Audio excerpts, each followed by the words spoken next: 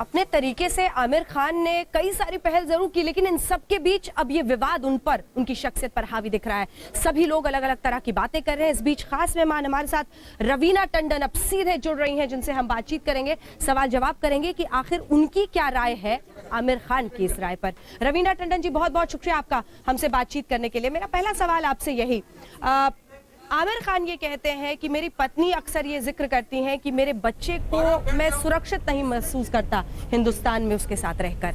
क्या सोचती हैं आप? उनका ये डर जायज है?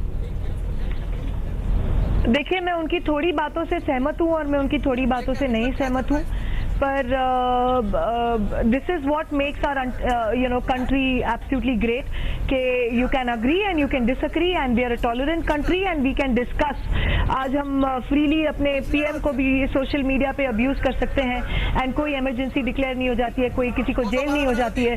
So we are to a certain extent a free liberal country. जहाँ तक के देश छोड़ने की बात है, आई फील हम सेलिब्रिटीज हमें जहाँ तक के अपने स्टेटमेंट्स को तोड़ मोल के बोलना चाहिए टू अ सर्टेन डिग्री, क्योंकि हमें एक रिस्पॉन्सिबिलिटी है as citizens of this country कि हमारे कंट्री ने जो हमको दिया है, in a way we should try and unite the country. हमें पॉजिटिविटी फैलानी चाहिए, हमें डर नहीं फैलाना चाहिए। हमें ये कोशिश करनी चाहिए कि हम कैसे कंट्री को जोड़ें। अगर हमारी कंट्री में कुछ नुक्स दिखाई दे रहे हैं तो कहीं ना कहीं हमें उसको ये बातें नहीं कहनी चाहिए कि यार कंट्री छोड़ के चले जाना चाहिए। क्या हमें कंट्री छोड़ के चले जाना चाहिए? नहीं, हमें बल्कि रह के हमारे we should sort out our issues, we should try and see कि हमारे लोग जुड़े। और ये जो लोग ट्राई कर रहे हैं तोड़ने के लिए हमें, चाहे वो किसी भी प्लेटफॉर्म से हो, वो सक्सेसफुल ना हो और हम एक दूसरे के साथ जो हम लोग एक पीसफुल को एग्जिस्टेंस रहा है सेंचुरी से, सदियों से हिंदुस्तान में, वो कायम रहे।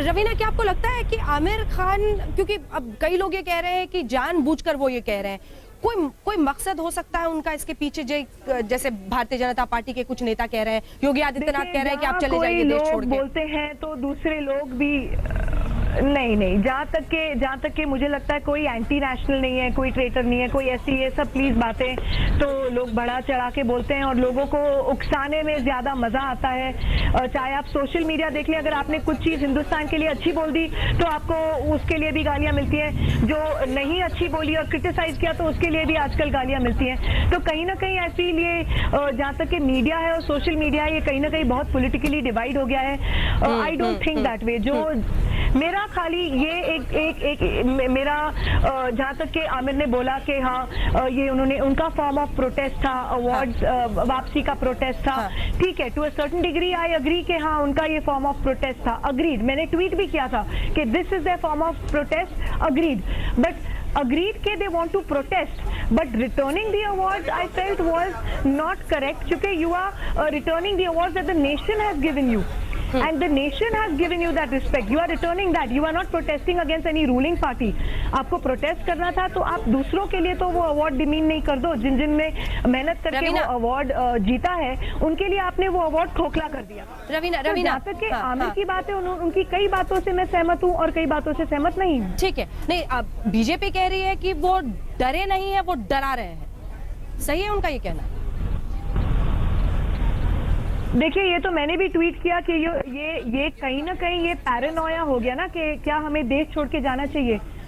मुझे बताइए ऐसा क्या हुआ है 6-8 महीने में जो हिंदुस्तान में सदियों से नहीं हुआ है? आप मुझे एक साल बता दीजिए हमारे इंडियन हिस्ट्री में या भारतीय हिस्ट्री में कि कहीं ना कहीं कुछ ऐसे शर्मनाक इंसिडेंट्स नहीं हुए हों।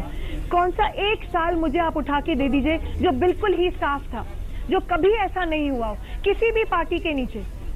मेरा इशू एक ही बात से है, मेरा इशू एक बात से है कि जब ऐसी चीजें हो रही थी और ऐसे मुद्दे उठ रहे थे तो रूलिंग पार्टी को एक एग्जाम्पल सेट करना चाहिए था, एक स्ट्रॉन्ग मैसेज लोगों को देना चाहिए था। जहां मुझे लगता है कि लोगों को ऐसे महसूस हो रहा है कि they are feeling let down, कि कहीं ना कहीं एक ऐसे सिग्नल्स देने चाहिए थे कि जो लोग ऐसे चीजों को बढ़ावा दे रहे हैं या इररिस्पॉन्सिबल स्टेटमेंट्स कर रहे हैं जो रूलिंग पार्टी के हैं या जो अगली पार्टी के हैं, हर पार्टी को अपने लोगों को कंट्रोल करना चाहिए था और कहना चाहिए था we are leaders of this country and हमें एक एग्जाम्पल सेट करना है हमारी नहीं पब्लिक हुआ के ना लिए। रवीना, ये हुआ नहीं रवीना, ये हुआ नहीं।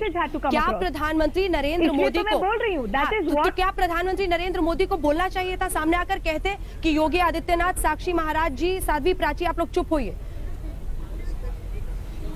देखिए, जहां तक के ये बात है कि प्रधानमंत्री को आना चाहिए, आई एम श्योर उनको भी यही चिंता है कि उनके देश में क्या हो रहा है या विदेश में क्या छवि दी जा रही है, उनको जरूर चिंता होगी। लेकिन हर पार्टी के स्पोक्स पर्सन होते हैं, हर पार्टी के रिप्रेजेंटेटिव्स होते हैं जो ये मुद्दा उठा सकते हैं इंटरनली अपनी पार्टी पे एंड स्ट्रॉन्ग स्टेटमेंट्स देने चाहिए। अगर जैसे कि मैं अभी एक डिस्कशन पे थी और उनके स्पोक्स पर्सन, रवीना, प्रवक्ता और प्रधानमंत्री का कहना बराबर कैसे हो सकता है? लेकिन ये लोगों तक पहुंची नहीं। रवीना, प्रधानमंत्री का कहना और प्रवक्ता का कहना कैसे बराबर हो सकता है? इतना बड़ा मुद्दा जब उठ रहा है, देश के बड़े सितारे, बड़े पत्रकार, बड़े हिस्टोरियंस कुछ कह रहे हैं, तब तो प्रधानमंत्री को सामने आना चाहिए ना। जहां तक के ये बातें, देखिए मैं पॉलिटिक्स के ऊपर कमेंट नहीं कर सकती क्योंकि मुझे मालूम नहीं प्रोटोकॉल क्या होता है। हर पार्टी का प्रोटोकॉल होता होगा, हर पार्टी का कुछ ना कुछ एक मेथड होता होगा of functioning, that I don't know. But मुझे एक चीज इतनी जरूर मालूम है कि the people did feel let down. लोगों को लगा कि एक सही मैसेज नहीं आया और ये मुद्दा जो बहुत पहले खत्म हो चुका था, इतना बड़ा, इतना ओवर एग्जैजुरेटेड होता ही नहीं। कहीं ना कहीं अगर एक सही रिप्रेजेंटेटिव आ जाता और वही बात खत्म हो जाती थी, चाहे वो FCII स्टूडेंट्स का प्रॉब्लम होता या तो ददरी लिंचिंग के बारे में, या जो हर पार्टी के लोगों ने, चाहे वो समाजवादी पार्टी के हो, चाहे कांग्रेस के हो, चाहे बीजेपी के हो, चाहे जिन्होंने भी इररिस्पॉन्सिबल स्टेटमेंट्स किए, हर पार्टी के लीडरशिप को कहीं ना कहीं उनको कंट्रोल करना चाहिए था। Because this is not the people we voted for, this is not what the people voted for. ठीक है, बहुत बहुत शुक्रिया आपका। रवीना टंडन जी हमारे साथ जुड़ी हुई थी, जिनका ये कहना है कि आमिर खान की कई बातों से वो असहमत है। उनका ये मानना है कि ऐसा कुछ नहीं, कुछ महीनों में हो गया है कि अतुल्य भारत अचानक से और सहिष्णु भारत बन जाए।